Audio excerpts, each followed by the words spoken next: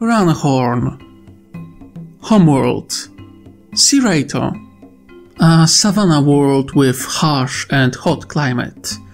World lives around seasons, as it has extreme axis and orbit, ensuring that most of the year is very hot, and over is very cold and rainy. Serato is a high-gravity world. Life and cities are focused around oases and rivers that remain live entire year. Physical characteristic. Type: mammalian. Height: 2.4 to 2.8 meters. Weight: 300 to 450 kilograms. Coloration: gray or brown with few albinos. Diet: herbivore.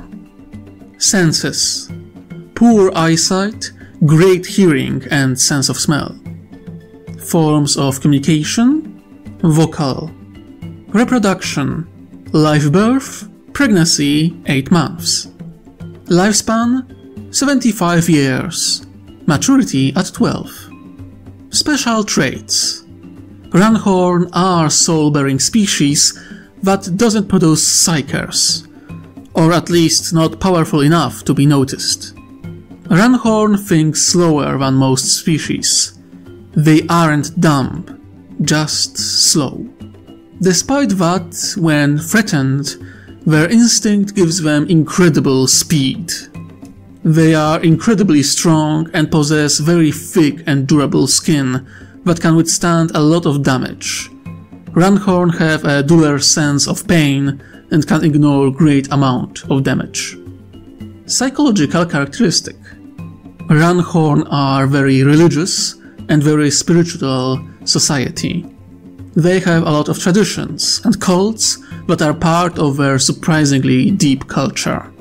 They aren't as communal as many other species and prefer to live in small communities or alone. Males are usually solitary and usually move from one village to another until they find partner, have a kid, guard it until maturity, and then leave. The exception are old bulls that are the only male within a village and take a role of patriarch and a ruler until they die or are overthrown by a newcomer. Ranhorn have a deep warrior and farming culture.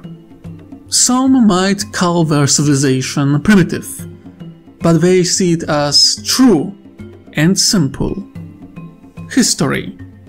Ranhorn were encountered by the coalition when they were in tribal stage of their civilization. Their origins are unknown, as their homeworld doesn't seem to have animals directly related to them. Some believe that Ranhorn are in fact a type of beastmen that evolved to the point of becoming a separate species. When Coalition found them, Ranhorn were overwhelmed by their technological superiority, quickly seeing Coalition as their superiors. Initially they became another protectorate, before machinations of the Water Caste made them into a subject of the Tau Empire. Since that time, many Ranhorn serve as auxiliary units to Fire Caste or personal bodyguards of Ethereal Caste. Entire species are known for their deep devotion to religious interpretation of the greater good and towards goddess Tauva. Joining the coalition. 693rd year Millennium 38. Ranhorn joined Coalition quickly and without much of a fuss, overwhelmed by Coalition's technological superiority. They gave up their autonomy around 300 years later, just before the end of 38th millennium.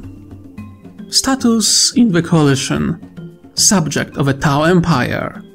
Ranhorn are under total control of the Tau Empire and the Ethereals.